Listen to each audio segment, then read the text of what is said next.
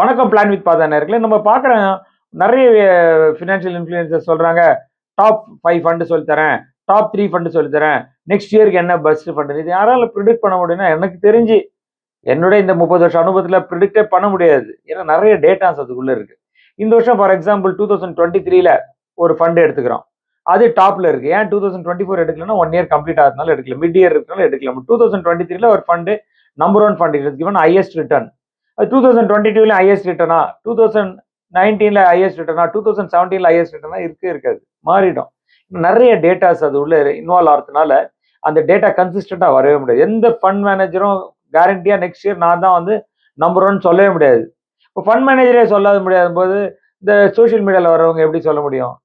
Fund manager சொல்ல முடியாது. Fund team சொல்ல முடியல. அப்ப எப்படி பண்ண முடியும்? ஏன்னா, அது மார்க்கெட் வந்து it involves lot of dynamics. ஒரு டைனமிக்ஸ் இருந்தா நீங்க சொல்லிடலாம். இல்ல 2, 3 வேரியபிள்ஸ் இருந்தா அந்த 2, 3 வேரியபிள்ஸ கண்ட்ரோல் வேரியபிள்ஸா எடுத்து நம்ம சொல்லலாம்.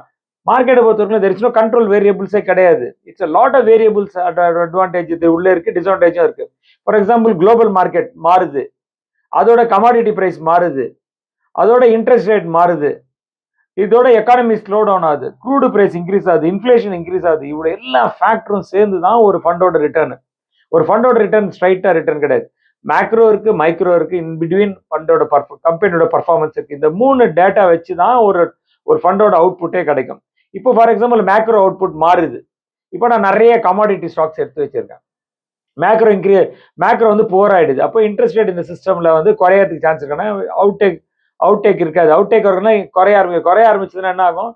People will not invest. People will not invest ஆட்டோமேட்டிக்கா ப்ராஃபிட் அடிவாங்க. இப்போ இந்த வேரியபிள் வந்து நெக்ஸ்ட் இயர் இதான் டாப் 5 ஃபண்ட் இப்போ நீங்க போய் இன்வெஸ்ட் பண்ணுங்க நான் சொன்னேன்னா எப்படி மிஸ்லீடிங்கான உங்களுக்கு இருக்கும். இப்போ நம்ம சின்னதா ஒரு எக்ஸாம்பிள் எடுத்துக்கலாம். இப்போ நான் உங்களுக்கு அப்படியே சொல்றேன் பாருங்க. இப்போ இதை வச்சு உங்களால கண்டுபிடிச்சிட முடியும். ஏன்னா பிகாஸ் இப்போ சுச்சுவேஷன் வந்து இப்படி இருக்கு உங்களுக்கு. நான் இப்போ உங்களுக்கு I just show you I just trying to get you the data. இப்போ நான் உங்களுக்கு வந்து 2023ல எடுக்கிறேன். 2023ல top performing flexi cap fund அப்படின்னு நான் உங்களுக்கு சொல்றேன்னு வச்சுக்கோங்க. 2023ல டாப் பர்ஃபார்மிங் ஃபிளெக்ஸி கேப் வந்து ஹெச்எம் ஃபிளெக்ஸி கேப். ஓகே. அதுக்கப்புறம் நீங்க பாத்தீங்கன்னா 2022ல பாத்தீங்கன்னா 7.84% கொடுத்துருக்கு. அது எவ்வளோன்னா அது பாத்தீங்கன்னா டாப்ல இருந்து கீழே இருக்காங்க. கிட்டத்தட்ட அவங்க வந்து எத்தனாவது ரேங்க்ல 5வது ரேங்க்ல இருக்காங்க. இதே ஜேஎம் ஃபிளெக்ஸி கேப் வந்து 2021ல ஷார்ட் பண்ணி பாத்தீங்கன்னா நீங்க கிட்டத்தட்ட அவங்க ஒரு 10வது ஃபண்டுக்கு போயிட்டாங்க 2021ல. 2020ல பாத்தீங்கன்னா அவங்களோட இது ரொம்ப இன்னும் மோசமா இருக்கிறாங்க லெவல். ஜேஎம் ஃபிளெக்ஸி கேப்போட பாட்டம் பாத்தீங்கன்னா இங்க இருக்கிறாங்க. கிட்டத்தட்ட ஒரு 15th இருக்கிறாங்க.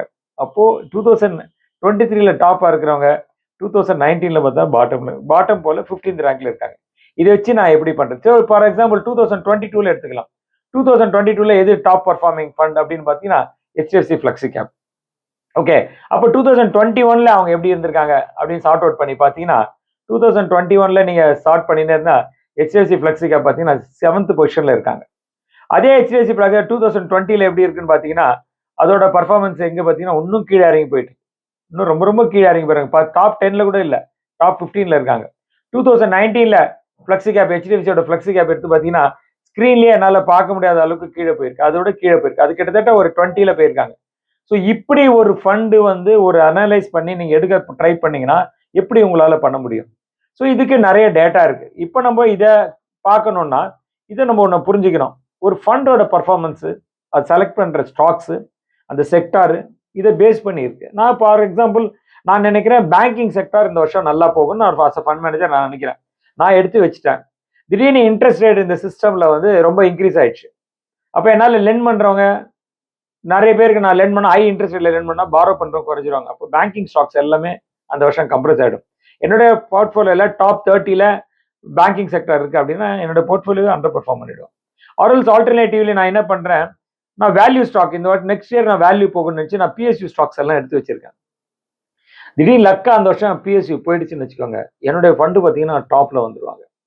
இல்ல சில நேரங்களில் ஸ்டாக்ஸ் எடுத்து வைக்கிறோம், நம்ம பவர் செக்டார் நல்லா போகும்னு நினைக்கிறோம், கேபிட்டல் குட்ஸ் போகணும்னு நினைக்கிறோம். ஃபண்ட் மேனேஜரோட அனலைஸ் பண்ணி எடுத்துருக்காங்க. ஒரு வருஷம் நல்லா போகும், ஒரு வருஷம் நல்லா போகும். ஃபார் எக்ஸாம்பிள் நம்ம எடுத்துக்கலாம், இந்தியாவில் ஒரு ace fund manager Prashant Jain. So அவர் 3 lakhs crore மேல மேனேஜ் பண்ணிட்டு இருந்தாரு. அவர் எப்பயுமே ஸ்ட்ராங்கா பிலீவ் பண்ணிருந்து value stocks will outperform அப்படின்னு ஒரு 3 years முன்னாடி நினைச்சிட்டே இருந்தார். நிறைய வேல்யூ ஸ்டாக்ஸா வாங்கி வச்சிருந்தாரு. growth ஸ்டாக்ஸ் அப்போ நிறைய ரேலி ஆயிடுது. அவரோட பர்ஃபார்மன்ஸ் வந்து ரொம்ப ஆவரேஜா இருந்தது. போரா இல்லை, ஆவரேஜா இருந்தது. அப்போ திடீர்னு for some reason he moved out of the HDFC mutual fund. அவர் போன 3 மந்த்ஸ் 4 மந்த்ஸ் 6 மந்த்ஸ்க்குள்ள பார்த்தீங்கன்னா நிறைய HDFC ஃபண்ட்ஸ் டாப்புக்கு வந்துருச்சு. ஏன்னா திடீர்னு value fund started to rally. அவர் இன்வெஸ்ட் பண்ணது எல்லாமே வேல்யூன்னு பேஸ் பண்ணி வேல்யூ பேஸ்டா இன்வெஸ்ட் பண்ணியிருந்தாரு. திடீர்னு பார்த்தா all HDFC funds become top performer. இப்போ previous year very poor, subsequent year it has become completely difference. இன்னொரு டேட்டா சொல்றேன் பாருங்க, உங்களுக்கு இன்னொரு டேட்டா அனலைஸ் பண்ணி வச்சிருக்கோம். இப்போ நம்ம பார்க்கலாம் மிட் கேப்ல எப்படி வாலட்டிலிட்டி எப்படி ஃபண்டோட டைமென்ஷனை மாத்திருதுன்னு பார்த்துக்கலாம். ஃபார் எக்ஸாம்பிள் இப்போ நீங்க ஒரு 5 இயர் டேட்டா எடுத்து வச்சிருக்கிறேன் நான் அதனால டேட்டா பார்த்து பேசணும் தான், நான் டேட்டாவை பார்த்து உங்களுக்கு பேசுறேன். அந்த ரேஞ்சு பார்த்தீங்கன்னா ஒரு 5 இயர் பீரியட்ல எடுத்து பார்த்தீங்கன்னா 12.7 to 55.8% ரிட்டர்ன். இந்த எக்ஸ்ட்ரீம் பாருங்க, என்ன எக்ஸ்ட்ரீம்ல போடுது இந்த ஃபண்டு. டிஎஸ்பி மிட் கேப் பார்த்தீங்கன்னா 10.5 to 38%. இடபிள்யூஎஸ் மிட் கேப் பார்த்தீங்கன்னா 15.7 to 52.25 இருக்காங்க. இப்போ இந்த கேட்டகரியில நீங்க சொல்லுங்க எப்படி நீங்க வந்து ஒரு ஃபண்டை எவாலுவேட் பண்ணுவீங்க.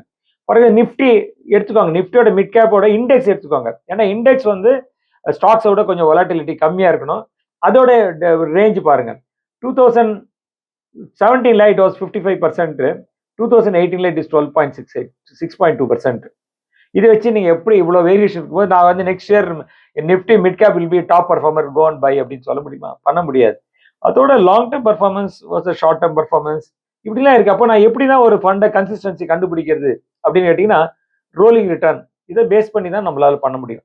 கொஞ்சம் வீடியோக்கு முன்னாடி போட்டிருக்கோம் ரோலிங் ரிட்டர்ன்ஸை. 36 மந்த்ஸ் 50 மந்த்ஸ் 48 மந்த்ஸ் இந்த பீரியட் எடுத்து அந்த பெஞ்ச் மார்க்கும் இந்த ஃபண்டும் எவ்வளோ ரிட்டர்ன்ஸ் வேரியேஷன் வந்திருக்கு அப்படின்னு பார்க்கணும். ஃபார் எக்ஸாம்பிள் இந்த ஃபண்டு வந்து ஆவரேஜா ஒரு ரிட்டர்ன்ஸ் கொடுத்துருக்காங்க, அதே பீரியட்ல பெஞ்ச் மார்க் ஒரு ரிட்டர்ன் கொடுத்துருக்காங்க. அப்போ அந்த மாசம் அந்த பெஞ்ச் மார்க் 1% ரிட்டர்ன் கொடுத்துருக்காங்க, இந்த ஃபண்ட் எவ்வளவு ரிட்டர்ன் கொடுத்துருக்கு 1.1. அடுத்த மாசம் பெஞ்ச் மார்க் 0.8, இந்த ஃபண்டு 0.6. இப்படி நீங்க ஜாட் அவுட் பண்ணி 60 மாசத்துக்கு இது 60 மாசம் அது 60 மாசம் எடுத்தீங்கன்னா இந்த ஃபண்டு பெஞ்ச் மார்க்கோட க்ளோஸ் 80% இருக்கானா இல்ல பெஞ்ச் மார்க்கோட ஜாஸ்தி இருக்காங்களா? பெஞ்ச் மார்க்கே கொடுத்துருக்கிறத விட 60க்கு 60 வந்து பெஞ்ச் மார்க்கோட ஜாஸ்தி கொடுத்துருக்கா. இப்படி கொடுத்தாலும் அது கன்சிஸ்டன்சி இருக்குன்னு தெரியும்.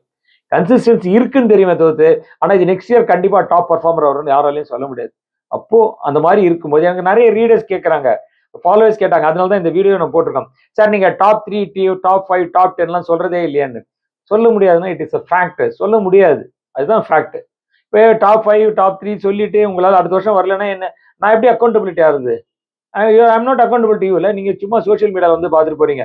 இப்போ எங்க இன்வெஸ்டர் வராங்க, நான் சொல்றேன் சார் இந்த வண்டி அடுத்த வருஷம் டாப்பா வரும் செய்யுங்க அப்படின்னு சொல்றோம், வரலன்னா என்ன கேட்பாரு அவரு, சார் சொன்னீங்க வரல அப்படின்னு சொல்லலாம். அதனால நாங்க என்ன சொல்லுவோம், எங்களோட இன்வெஸ்ட்மெண்ட் கிரைட்டீரியால நாங்க என்ன சொல்லுவோம், டாப் 10க்குள்ள வந்தாலே நம்ம we are close to successful அப்படின்னு நினைக்கிறோம். இல்ல டாப் 5 சில டைமென்ஷன் தெரிஞ்சா டாப் 5க்குள்ள நான் என்னோட ஃபண்ட்ஸ் எல்லாம் பர்ஃபார்ம் பண்ணாலே I am very happy. Top 5ன்றது இட்ஸ் ஓகே, 6% 1% முன்ன பின்ன இருக்கும். ஸோ டாப் 5ல வந்தாலே ஓகே எனக்கு. இப்போ என்னுடைய ஃபண்டு டாப் கோட்டையிலோ டாப் 10ஓ டாப் 5க்குள்ளேயே இருந்ததுன்னா as an distributor, as an advisor, as a financial planner, ஏதோ ஒரு கேட்டகரியில I am closer to my success ratio. My success rate is close to that my. But any prediction on about a future, about the performance of a funds of any category ரொம்ப ரொம்ப சேலஞ்சிங்கான விஷயங்கள். அதனால தான் எங்களோட வீடியோவில் நாங்கள் எப்பயுமே இந்த மாதிரி விஷயங்களை சொல்ல மாட்டோம். டாப் 3 எடுத்துக்கோங்க, டாப் 5 எடுத்துக்கோங்க, டாப் 20 எடுத்துக்கோங்க சொல்லவே மாட்டோம். நாங்கள் we speak only with data. இதில் நம்ம வீடியோ போட்டிருக்கோம் பாருங்க, வீடியோ போடும்போதே அந்த ஷார்ட் பண்ணி காமிச்சிருக்கோம். ஒரு வருஷம் எப்படி மாறுதுன்னு அந்த வீடியோ உங்களுக்கு இருக்கும், அதையும் பாருங்க. பார்த்தா உங்களுக்கு தெரியும். அப்போ உங்களுக்கே ஒரு கன்க்ளூஷன் வந்துடும், இந்த ஃபண்டு நெக்ஸ்ட் இயர் டாப் 1க்கு வருமா, டாப் 3க்கு வருமா, டாப் 5க்கு வருமா, இதெல்லாம் உங்களுக்கு தெரியாது. டாப் 10க்குள்ள வந்தீங்கனாலே your success ratio is good. So இந்த வீடியோ உங்களுக்கு ஒரு விழிப்புணர்வு உருவாயிருக்கும்னு நினைக்கிறேன். இந்த மாதிரி மேலும் சுவையான தகவல் வேணும்னா எங்களோட வீடியோ பாருங்க. நீங்க ஃபர்ஸ்ட் டைம் எங்க சேனல் பாருங்கன்னா சப்ஸ்கிரைப் பண்ணிக்கோங்க. இந்த விஷயம் உங்களுக்கு பிடிச்சிருந்தா உங்க ஃப்ரெண்டுக்கு ஷேர் பண்ணிக்கோங்க. உங்களுக்கு மியூச்சுவல் ஃபண்ட்ல இன்வெஸ்ட் பண்ணணும்னு ஆசை இருக்கு, யாரு போய் அணுகிறதுன்னு தெரியல, ரொம்ப கன்ஃபியூஸ்டா இருக்குன்னா அடியில் கொடுத்துருக்க நம்பரை நீங்க காண்டாக்ட் பண்ணீங்கன்னா எங்க ஸ்டாஃப் உங்களுக்கு ஹெல்ப் பண்ணுவாங்க. எங்களை பொறுத்தவரைக்கும் will be very straight forward. Always we play with data. டேட்டால நாங்கள் வெரி வெரி ஸ்ட்ராங். ஏன்னா பிகாஸ் இந்தியாவிலே ஒரு 300-400 மியூச்சுவல் ஃபண்ட் ஸ்கீமை ரிசர்ச் பண்ணி ஒரு ஆர்டிகல் எழுதுனா ஃபியூ பீப்புள் இருப்பாங்க, அதில் டெஃபினெட்லி ஒன் அமாங் தெம். அதனால எப்பயுமே நாங்கள் டேட்டாவில் ரொம்ப ரொம்ப ஸ்ட்ராங்காக இருப்போம். ஹோப் இந்த வீடியோ உங்களுக்கு பிடிச்சிருக்கு. This is Suresh Parsathi, plan with Partha signing off. By.